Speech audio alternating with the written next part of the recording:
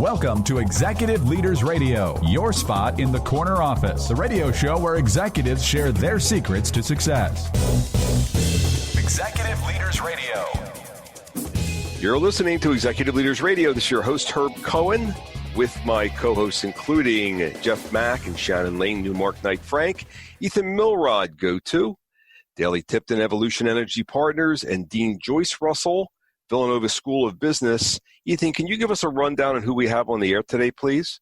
Sure, Herb. We have a great show today, including Cheryl Ecton, CEO, Elite Building Services, Andy Schwartz, Managing Partner, Bleakley Financial, Glenn Bostock, President of SnapCab, and Lisa Drauschak, CFO, PJM Interconnection. Let's get to know our first guest, Cheryl Ecton, CEO of Elite Building Services. Cheryl, what is Elite Building Services? What are you guys doing? We are a commercial janitorial service offering floor care services and facility maintenance as well. Mm-hmm. How large or how small is this organization, and how many states do you serve? We serve 15 different states, and we have over 600 employees. Uh-huh. Where are you from originally? Originally from Costa Mesa, California. All right. Shannon, where do you want to go? Cheryl, can you tell us a little bit about mom and dad and what they were like when you were growing up? Yes, my father started out as a missionary. He's now a minister, and my mother was a school principal. And who are you more like? I'm more like my father. Tell us why and what you bring from your father with you to work every day. I think just how goal-oriented he was and how determined he was. I take from both of my parents that they taught us to give 100% to whatever we do. They taught you to do what with whatever you do? Give 100% to whatever we do. Oh, what's that have to do with building this company that's 600 people in 15 states? Well, I think you have to have a lot of determination to keep going when you're dealing with over 600 employees and working in 15 different states. All right, just wanted to make sure I understood. Ethan? Cheryl, take us back to Costa Mesa as a young girl, 8 to 14 years old. What was life like then for you? Life was fun. We had a blast. We were very close as a family. My cousins, my uncles and aunts, my family. We used to do a lot of water skiing on the weekends and hanging out, family dinners. It was a great time in life. You spent a lot of time with family. What did that mean to you as a young girl growing up, spending time with family? Well, I think it means everything. And I think to this day, we're all close as a family. My parents are still living, and I have a brother and sister, and all of our families are really close. And I think family is what's most important. Didn't you tell us earlier that you have a bunch of people in your family working with you today? My son, who's 31, now works for me, and my daughter, who's 25, also works for me. So how does that make you feel, Cheryl, surrounded by family and what you're doing today? Well, I love the fact that they wanted to come work for me when they both got out of college. So it's a good feeling. I get to see them every day and see my granddaughters more as well. Joyce?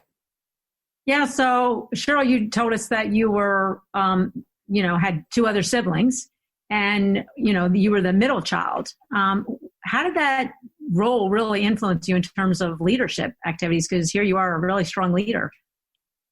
Well, I don't think I was as much of a strong leader as a child. I'm a middle child. My sister is 5 years younger than me, and my brother and I were closer in age. But as we got older, I kind of took on more of an older child role.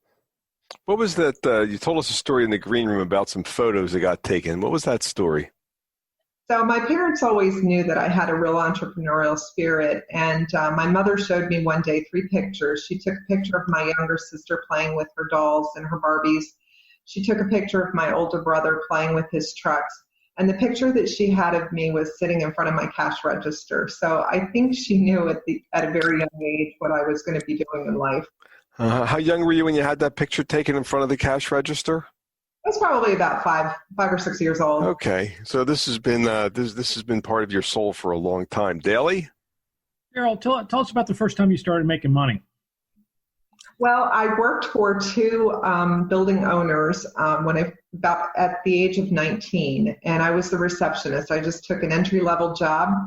I didn't go to college. I started working right away. So I took this job, and I used to take the phone calls every day.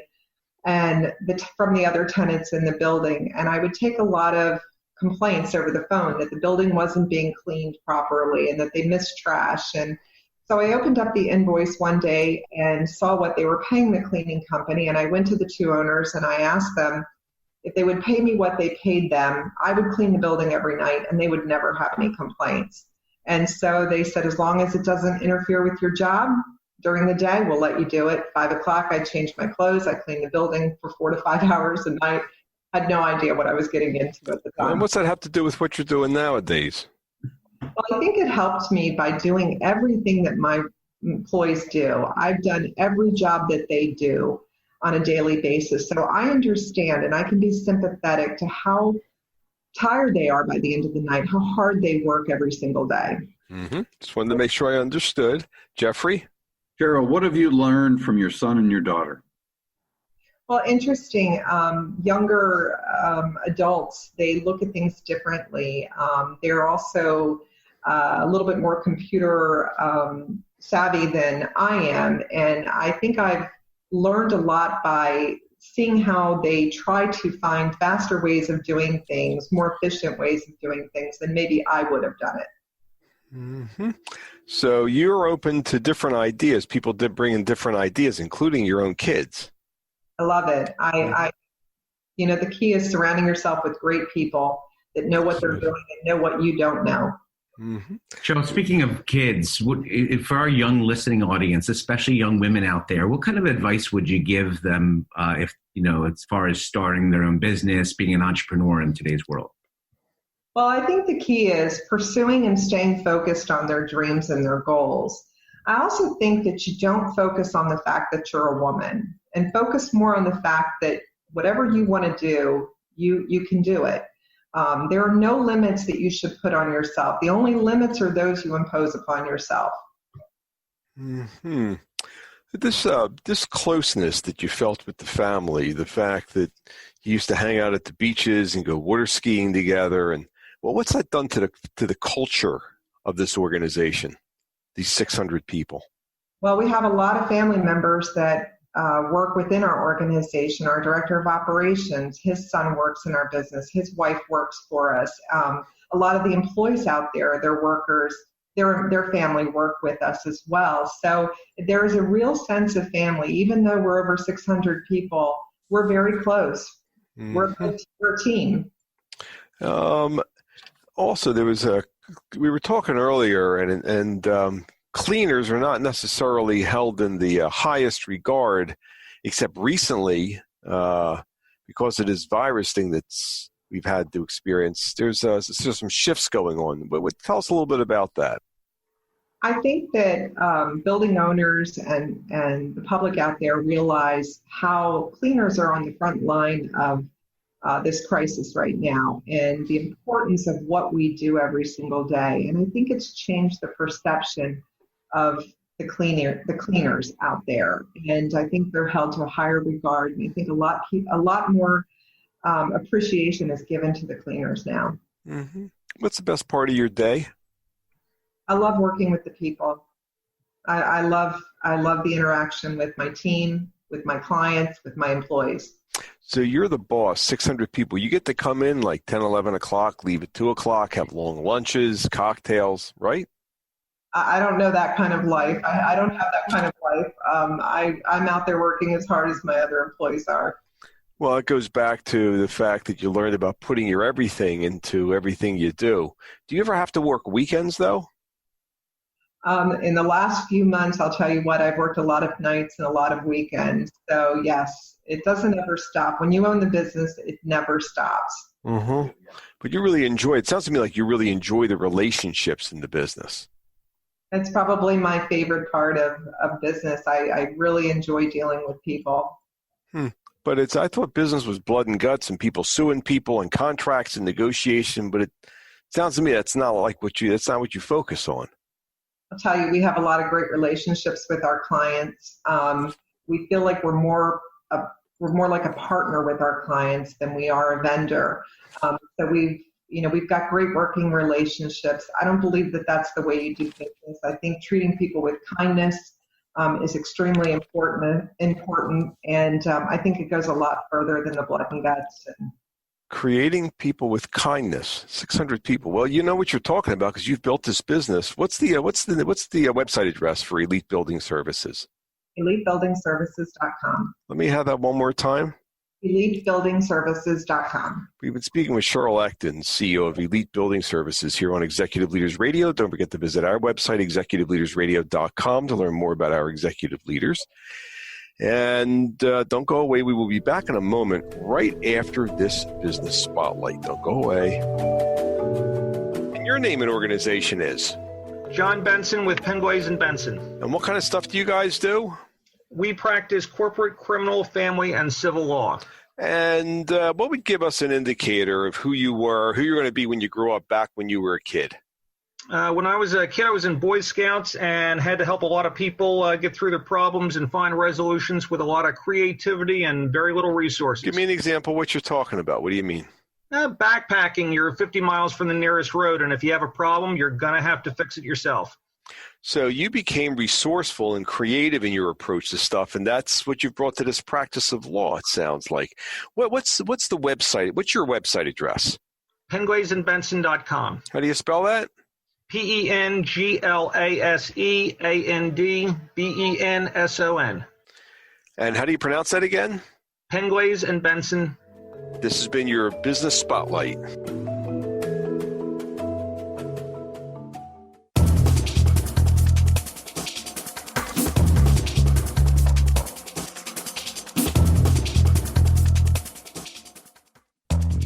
We're back. You're listening to Executive Leaders Radio. This is your host, Herb Cohen. We'd like to introduce Andy Schwartz, managing partner of Bleakley Financial Group. Andy, what is Bleakley Financial Group? What are you guys doing? Yeah, we're a registered investment advisory firm. We manage assets and do financial planning for individuals and businesses. Give me some statistics about this firm, please. Firm's over 100 people, 7 offices around the country, managing a little north of $6 billion.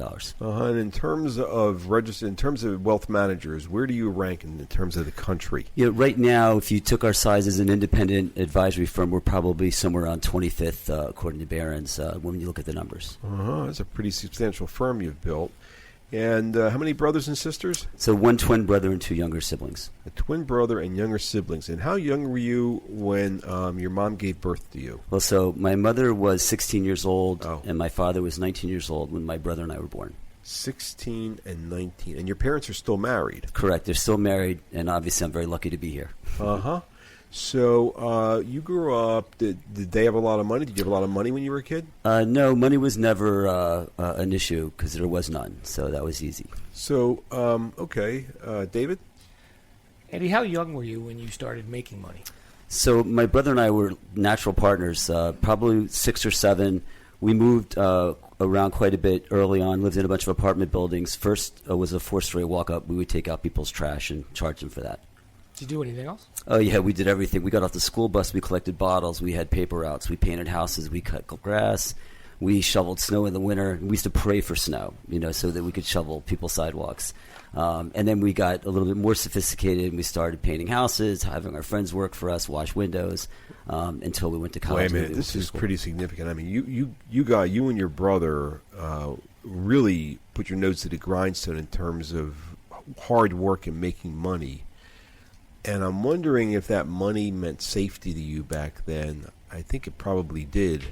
And isn't that what you do for a living, is help others benefit from some of the stuff you've been through so they don't have to suffer the same way? Absolutely. I mean, a good advisor has to be a leader, because people need leadership.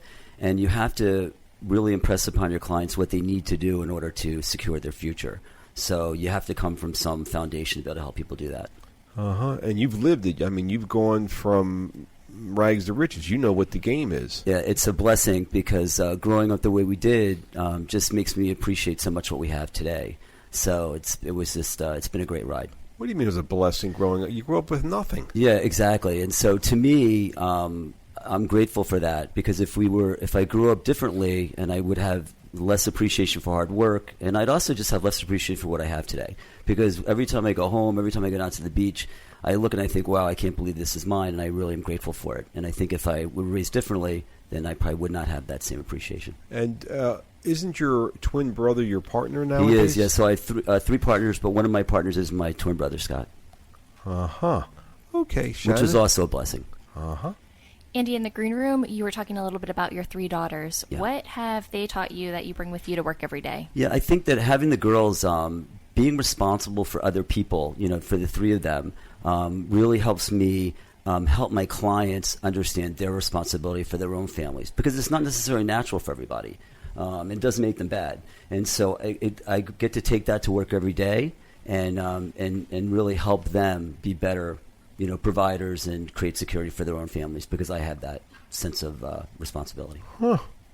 I have a question. How do you instill the values you grew up with, coming from nothing, to your daughters today? I think the only way you can do it is by example. I mean, it's really hard. They've obviously grown up differently, so they don't have the same blessing I have, because they have everything that they need. But at the same time, though, they've watched their dad work really hard, and I continue to do so. And I think they understand the correlation between hard work and what we have. Mm-hmm. Jim? Your relationship with your mom and dad, what did you learn, particularly since they had you at such a young age? Yeah, I mean, resilience, tenacity. My mom actually, obviously, she was in 10th grade when I was born. She went back to school having 3 children at the time to get her high school equivalency. Then she went back to community college for like 3 years, and then she went back to Trenton State College, graduated with a 4.0. It took her like 6 years. And then she taught in Mount Holly for 25 years. So that was a really tremendous, journey to watch and to really appreciate. You could do anything if you really put your mind to it. Your mother graduated with a 4.0. She did. She was I guess, cum laude for her grade or her class at Trenton State College. Yeah. How do you know that? Because she told me all the time, and she would always be upstairs studying at their door and say, "I have to study. That's how I keep my 4.0 average." And how are you like your mother? I mean, I think that, I don't know. My mom's probably smarter than me. I think I'm a natural overachiever, but, I want to do the best I can, and I'm willing to do what you have to do that. Matthew. So you had all those things going where you were making money. What were you doing with that money? So we were always saving for something we wanted or needed. I mean, and my folks pretty much provided for needs, but we needed a bike, or I wanted a bike. I wanted Pumas, the white with the black stripes. Then we needed a car, so you had to buy a car and pay for car insurance. And then we always wrecked our cars, so then you had to pay for the repairs in the cars. So those are the kind of things we were saving and spending for. So you feel that growing up from rags to riches was a gift, huh? Absolutely. And give me that again. Why? I mean, it's on every level. When you learn how to work, work to me isn't work. Work is what we do. And I love to work. I mean, I love to not work also, but it isn't like it's a chore, because it's what I've always done. And there's a correlation between how hard I work and what I'm able to earn and achieve. And if someone gives you something, how do they steal that from you? And then when you get to the end of that and you have everything that you wanted, you can so appreciate it, because everything I have today is for the first time. I didn't have any of that when I was a kid. And so that's could you financially retire if you wanted to? Yeah, I could.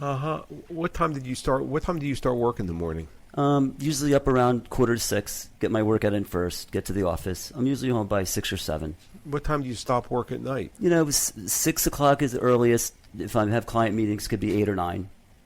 So sometimes you're working from 6 in the morning till 9 at night, but you don't have to. What's wrong with you? What are you doing here? Well, my kids are grown, and I enjoy my work, and it would be a shame and a waste to me to not maximize the opportunity that I have like anybody else. So you really enjoy your work. What is it about you? What do you enjoy about your work? I mean, all aspects. I get a window into so many different professions. There's a million ways to make money, and I've seen almost all of them through my clients. Helping them not only with their financial needs, but their personal needs. What do you mean their personal? Oh, I guess because you're reviewing their financial picture, you're like their trusted advisor. I'm their trusted advisor. I'm their therapist. I know first about every good thing and every bad thing, and it is, sometimes it's a lot of responsibility, sometimes it's heavy, but it's an honor for people to trust you and to be a confidant. And you really enjoy that. Love it. So why is this firm one of the largest in the nation doing what it does? Because we put our clients first, because we are grateful that our clients give us the opportunity to serve them. And I think if you wake up every day feeling lucky and a little paranoid, right, because there's lots of people out there that can do what we do. So I wake up feeling both every day, and I think my partners do as well. I think the rest of it takes care of itself. You ever made money not with your brother as your partner? No, we've always been partners. Always. And you said before that was a blessing. A blessing. Tell me about your relationship with him. Well, so I have a trusted partner. He would never, do anything that wasn't in my best interest. I trust him implicitly. We don't always agree, and the same for him. And everyone doesn't have that. Sometimes we're lucky enough to get married and have a partner like that. I was born with one, so very fortunate. So sometimes you may not agree, but you know he's doing stuff in your best interest. How's that make sense? If he's going to disagree with you, he may think what's in your best interest isn't necessarily what you think's in your best interest. Yeah, we don't always agree, and he can be a real big pain in the neck. But I know he's always. So his instincts might be a little bit different than yours, but you know that his motives is the right motive. 100%, and he's smart. And listen, I'm not always right, so it's good to bounce things off because sometimes someone needs to tell you when you're not right, and there are not a lot of people in the world that seem interested in doing that. So you allow yourself to be regulated by your brother, huh? Well, I allowed him to help. What's the website address of this organization? My email address is andy.schwartz@bleakley.com. Give me the website? Yeah, Bleakley, Bleakley Financial Group. How do you spell that? BLEAKLEY. And it's financialgroup.com. BleakleyFinancialGroup.com. All right. We've been speaking with Andy Schwartz, managing partner at Bleakley Financial Group here on Executive Leaders Radio. Don't forget to visit our website. It's executiveleadersradio.com to learn more about our executive leaders. It's executiveleadersradio.com. Back in a moment, right after this business spotlight.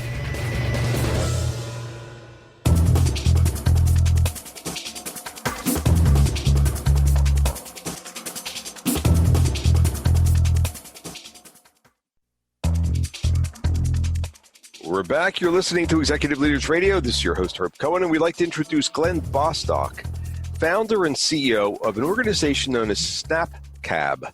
What is SnapCab? What are you guys doing, Glenn? So our core product is a simple to install elevator interior product, and that's now grown into, that same product's turned into an office pod. So we make little mini mobile office meeting rooms. Mm-hmm. What kind of revenue you guys do, and how large or small is the team? We're doing $22 million a year, and we're 120 people. How'd you get a job with this company? Well, I started the company in 1983. So you started the company. Where you're from originally? Little suburb outside of Philadelphia. And how many brothers and sisters, and where are you in the pecking order? I've got 3 brothers, and I'm the third of the 4 boys. So what was it like? You grew up in a suburb of Philadelphia. What was it like growing up in this town known as Bryn Athyn? What was it like growing up back then, and how did that affect you growing up in Bryn Athyn? Bryn Athyn's an interesting town in that it's got a real mix of blue-collar workers mixed in with very successful entrepreneurial, people in the community. Mm-hmm. So what'd that do to you? It gave me the impression that, of course, you grow up and you start your own business and you become successful. That's the impression I got. Mm-hmm. All righty, Daly. Oh, let me ask you another question here. So what was going on with you in 4th grade? Didn't you mention there was a bit of an issue?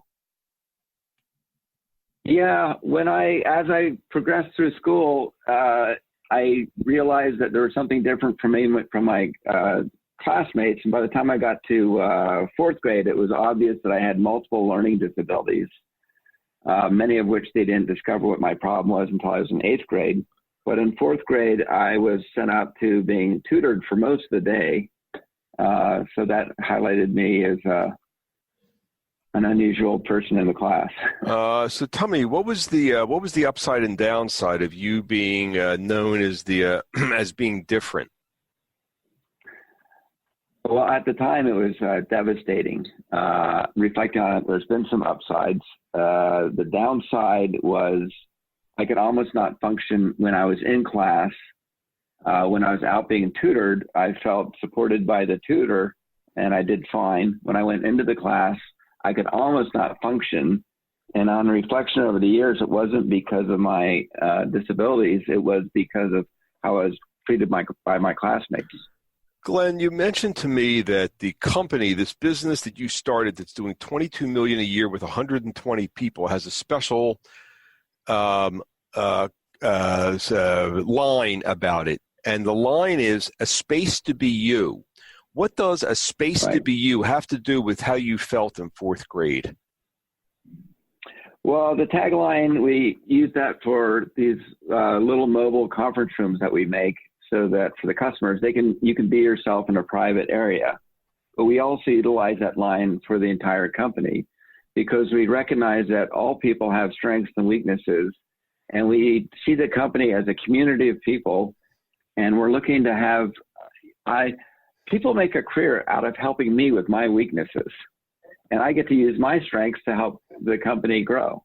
Perfect. So, Glenn, tell us, when you're in school, you're having challenges in school, there's always an outlet someplace. Tell us what was going on outside of school.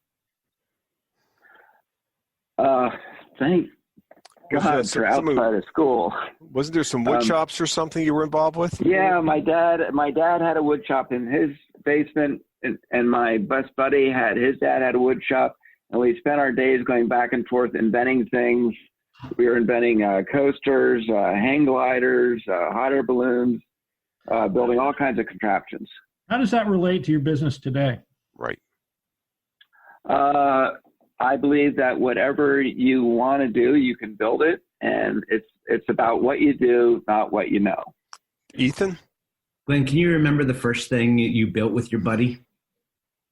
What was his name, by the way? His name's Greg Glebe, and he has a manufacturing company in Colorado.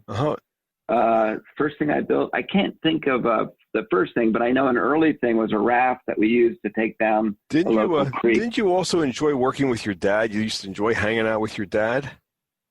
My dad spent 10 years building a sailboat, which we then eventually sailed. But yeah, I followed my dad to the hardware store, and I was helper in building the sailboat. So you're really a team camaraderie kind of guy. Shannon? Glenn, earlier you talked about the trouble that you had in grade school. During those years, who was somebody that took you under their wing? Well, certainly the tutor took me under her wing, and what I learned from that was the tremendous ability I felt I had when I was being supported. So I felt very supported by my tutor and very supported by my father, and both those people made me feel like you can really do anything, until I entered the classroom, and then I felt like I could do nothing. So how was what did that do to your self-worth getting into the class? I saw myself as Charlie Brown, and I couldn't do anything right. That's one of the reasons. I still struggle with self-esteem. That's where a space to be you is really who this organization is all about. Joyce? Yeah, so Glenn, you were talking about, seems like really important to you about your workers. Where did you get this whole sense of collaboration from and the importance of collaboration? Where did that come from? Somebody pointed out to me that people are really led by what they love to do. And at the time in business, I thought you're not supposed to be having fun at work, and you should be basically like disciplining people until you get the kind of work you want. And I remember letting all that go, and we let go of discipline, and we reward people for making mistakes because we want to get them involved in helping us to mistake-proof our systems. And we realize that people are led by what they love to do. So we try to get people on board that love to do the things that we need to have done. Jeffrey? As you're building your company, Glenn, what do you look for in a new employee, and what questions do you ask? I've been on this show before, and I loved one of the questions that was asked me on this show. The question was, what did you want to do when you were in high school? And what that question tells you is what people love to do before they're worrying about having to, make the most money to, take care of their family or whatever. Mm-hmm. And so I look for understanding where people's interest is. For instance, I just hired a person. I asked them, what did they want to do in high school? He wanted to be a fireman and a paramedic. when he realized what he had to deal with during a car accident, rescuing somebody. He knew he didn't have that. He wasn't able to have all those skills, but what it told me is that he cares about people, and we hired that guy. He's one of our top people. And the reason that's important to you, that people care about people when they come to work for your organization, is why? I'm not sure I understand that. Well, because I make more money than I need to make a living. What I'm interested in is having a place that I enjoy going to work, and I want to have other people to come to work and enjoy being there. I think we're all put on the earth to be useful, and part of being useful is enjoying the community of people that you're with, doing something useful for customers. So it's about building a community. So how do you give back? I mean, I get the sense that you're the kind of guy that does in many different ways. Am I right about that? Well, yeah, we give back in a number of ways. And of course, the biggest way to give back is by doing the products that people pay us for. But we also do a monthly company tour. And we're known for building a culture of continuous improvement. And so what we do is we have about 20 people up to this COVID issue, but now we're going online. So it's really, I think, unlimited number of people could come on our tours now. But people tour the company because they want to see how we reward people for mistakes and how we make people feel comfortable, open to deal with what's not working well, and then getting everybody to collaborate and coming up with solutions to improve the company. Well, you are the master team builder. It's like, this is fabulous. The fact that, you're really encouraging people to be themselves, a space to be you, so that everybody can develop. What's the website address of your organization? It's SnapCab.com. Let me have that another time, one more time. SnapCab.com. We've been speaking with Glenn Bostock, founder and CEO of SnapCab, here on Executive Leaders Radio. Don't forget to visit our website, executiveleadersradio.com, to learn more about our executive leaders. That's executiveleadersradio.com to learn more about our executive leaders. And we will be back in a moment right after this quick break. Please stick around. Be right back. You now can recognize your deserving business advisors on our nation's leading Business with Heart radio show, executiveleadersradio.com. Yes, you can recognize your deserving business advisors on our nation's leading Business with Heart radio show, executiveleadersradio.com. Simply visit executiveleadersradio.com, securely enter their info, and we'll reach out to spotlight your deserving business advisors on our nation's leading Business with Heart radio show, executiveleadersradio.com. Don't wait. This radio and online social media and search engine exposure is quite valuable to your advisors. Yes, this radio and online social media exposure is free and quite valuable to your business advisors who deserve to be recognized. Visit executiveleadersradio.com now to nominate your deserving business advisors.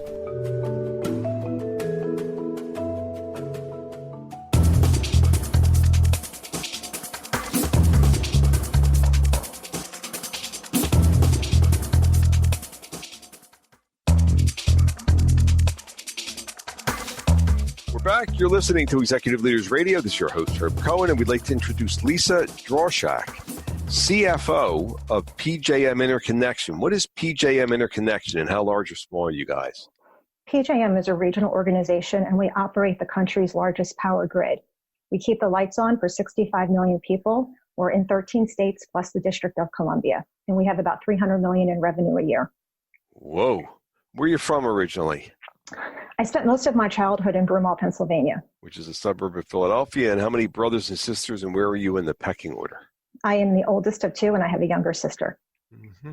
So tell us, what was going on with you 8 to 14 years old?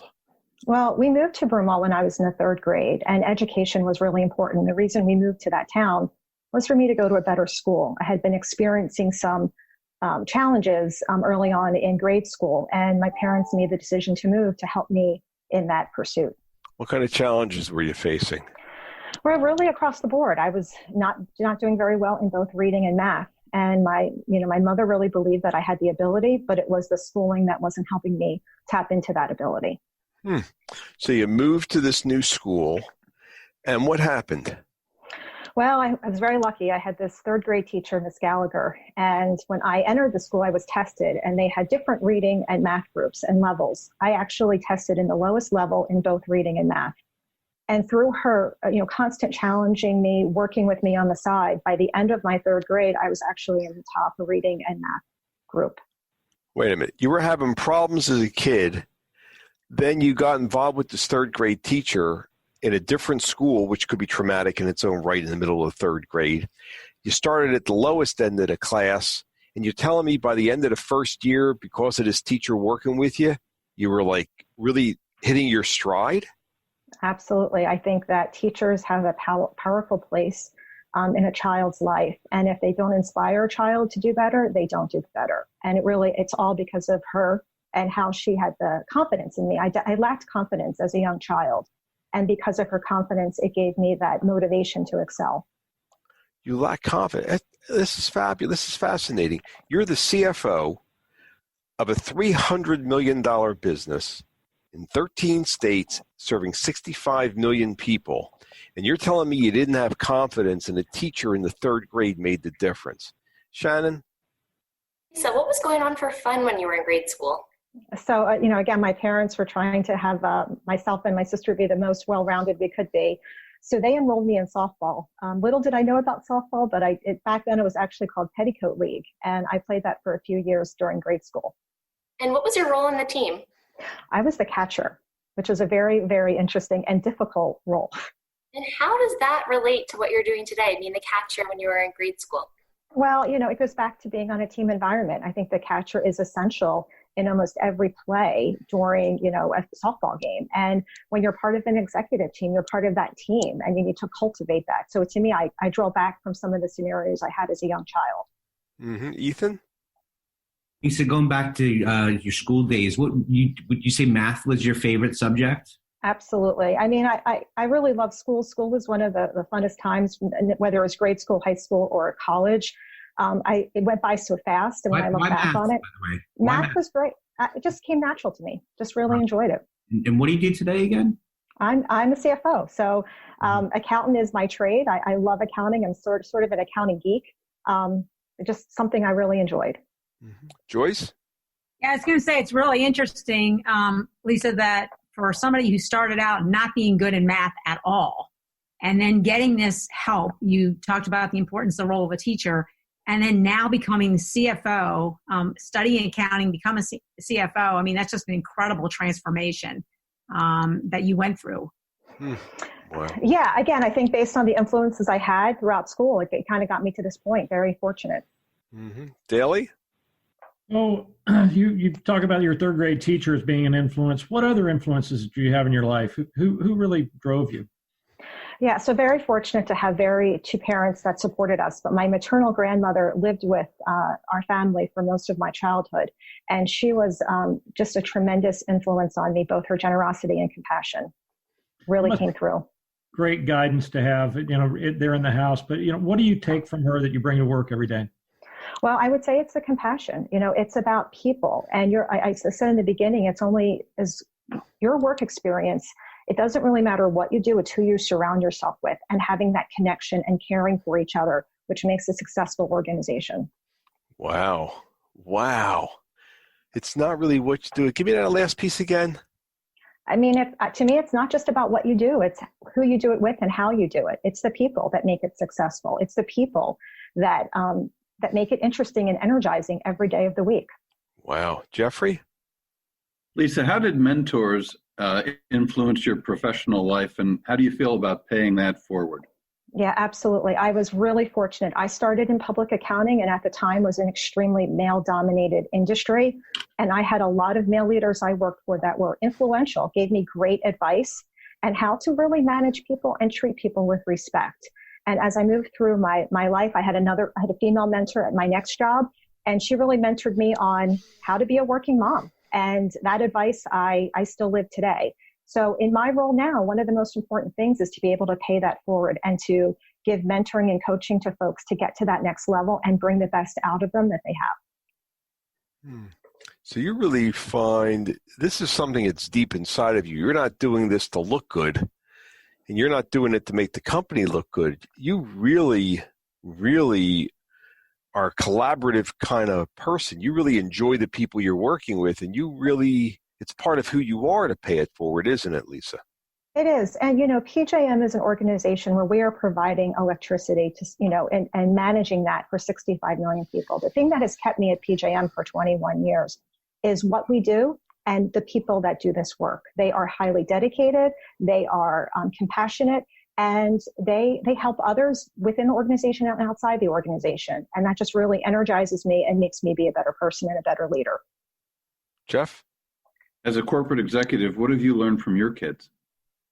Oh, so I have one son, patience. One of my very first jobs was babysitting, and I knew right away that though teachers were influential to me, I did not have the patience to be a teacher.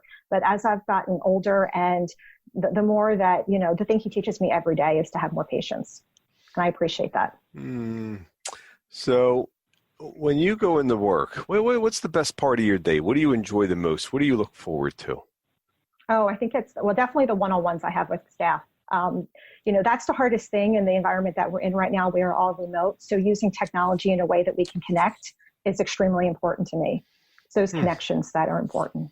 It's those connections that are important. So even though you're the CFO and you're all about the numbers, it seems to me that you're like that catcher. You like being an integral part of the team, and you want to make sure that you're really catching what needs to get caught in terms of the numbers and measuring everything and presenting. So you're involved with all the different aspects of the business, aren't you? Just like you were in the softball stuff, like you're involved with every single play. Am I right about that? Am I catching it? Absolutely. I mean, we have to provide value to our members, and we do it in the most cost-effective way possible. That's bottom line what we do.